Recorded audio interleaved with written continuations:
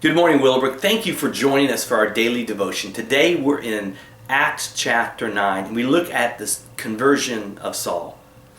We know Paul. We know how powerful he was, how God used him as an apostle to the Gentiles, how he writes a great deal of the New Testament, one of the most significant people in Christian history. And yet sometimes we forget that before he was Paul, he was Saul, and he was a person trying to destroy Christianity. He saw it as a challenge. See, the Romans had given the Jews special rights and special ability to practice their religion because they couldn't wear them out. And Paul was kind of worried this sect might grow out and Rome might see it as a threat. So he thought he was protecting Judaism.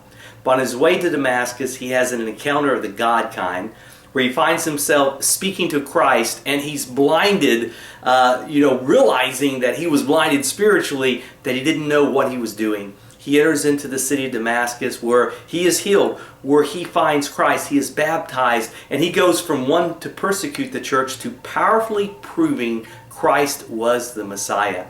I think this is an amazing thing, and sometimes we think a person we know is beyond Christ. In other words, we kind of make a decision. They're close to Christ, they're not. If you'd looked at Paul on any measurement on that day heading to Damascus, he was far from God, far from Christ, far from Christianity. And yet in a moment, there is a change. And God takes this person who was against Christianity and uses him as one of the most powerful people to promote Christianity that the world's ever known. It didn't just happen then. There's been people like Josh McDowell, more recently Lee Strobel. Lee Strobel was an atheist.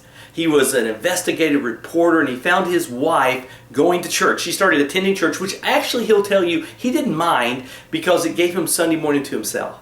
But then when she started going to other things and she wanted to start giving money, well, that was a little too much.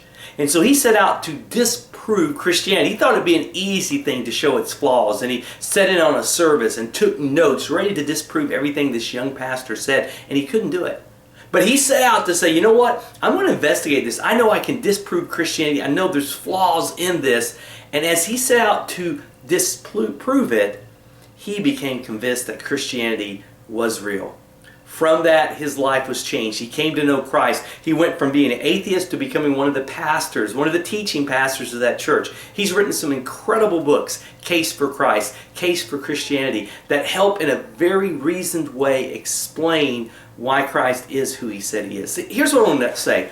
You probably have people in your life right now that you think they would never come to know Christ. As a matter of fact, some of the people who are the most against Christ, if they came to know Christ, they'd have the most powerful impact. So I want to challenge you today. Who do you know that if they came to Christ, it would shake up the world? It would shake up people around them, that God could really use that person. And I want you to start praying, God, give them an encounter with you. Bring into their life people they know and respect who are Christians. God, through your Holy Spirit, draw them to you. 2 Corinthians 4:4 says, the God of this world has blinded the minds of the unbelieving. They may not see the light, which is the glory of Christ. Pray, God, open their minds, open their eyes that they might see. You never know. Someone who you may think is far from God could come to know Christ, and the impact they could make for the kingdom would be incredible. It happened with Saul. It happened with Josh McDowell. It happened with Lee Strobel, and I could name many others. It could happen with that person who's come to your mind today. So pray.